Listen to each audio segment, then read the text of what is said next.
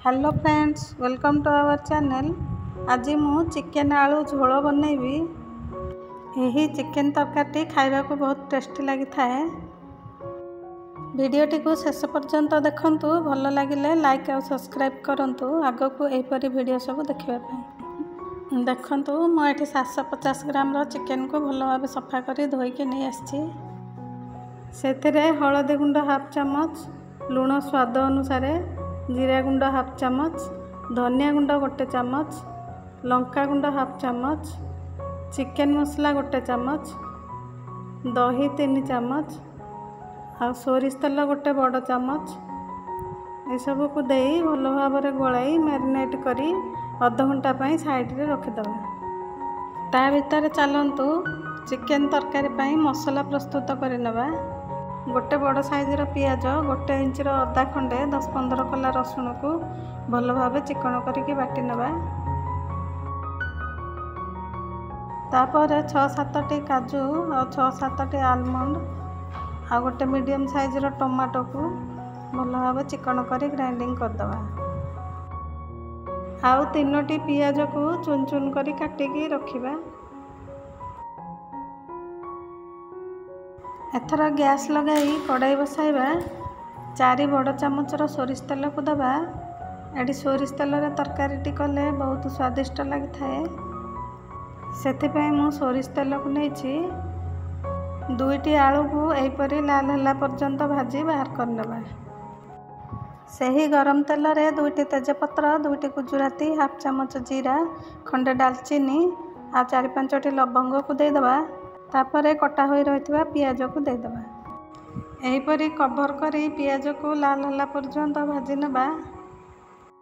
देखंतु पियाज एहीपरी लाल पड़ी गला परे हाफ चम्मच रो हळदी गुंड, 1 चम्मच रो काश्मीरी लंका गुंड, स्वाद अनुसार लूण को देई आ किछि कस्तूरी मेथी पत्र को दे दबा आ भाजी नबा।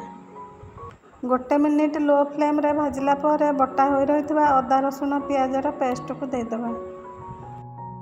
भल भाव में मिसाई नहीं 1 मिनिट पाई कवर दे दबा। 1 मिनिट पर कवर बाहर करवा। मसला को आउ टिके समय भल भाव में कषि नबा। तापर बटा होई रहितबा टमाटो, काजू, आलमंड रो पेस्ट को दे दबा। गैस रो फ्लेम को लो रे रखी भल भाव में मिसाई नबा।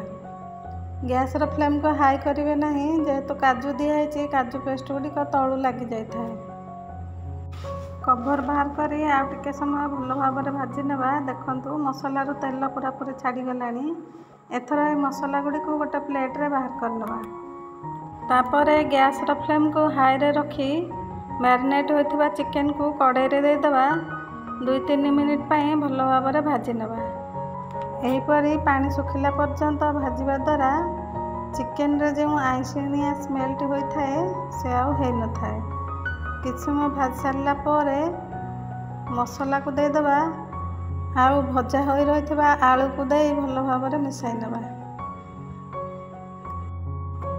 आलू आउ मसला को चिकेन सहित भल भाव में मिसाई नबा। आउ किछ समय पई घोड़े दबा। मझिरे मझिरे कवर काढ़ी घांटी नेउथबा। एहीपरी चिकेन रु पानी सुखिला पर्यंत कषाई नबा। तापरे अल्प गरम पानी दे भल भाव में मिसाई नबा। भल भाव मिसाई नेला परे तरकारी पई जतेके आवश्यक गरम पानी दे दबा। गैस रो फ्लेम को लो टू मीडियम रे रखी 10-15 मिनिट पर्यंत कुक होबा को दबा। मझिरे मझिरे कवर बाहर करी घांटी नेउथबा। देखंतु एथर आलू आउ चिकेन भल भाव में सिझी गलानी। एथर गोटे छोट चम्मच रो गरम मसला को दे दबा। भल भाव में मिसाई नहीं गैस को बंद कर दबा। 5 मिनिट पई कवर दे दबा। 5 मिनिट पर कवर बाहर करवा। देखंतु तरकारी केते सुंदर देखा जाउछि। एही चिकेन तरकारी खाइबा को बहुत टेस्टी लगी थाए। आपण माने एही प्रोसेस रे गोटे थर बनै करी खांतु।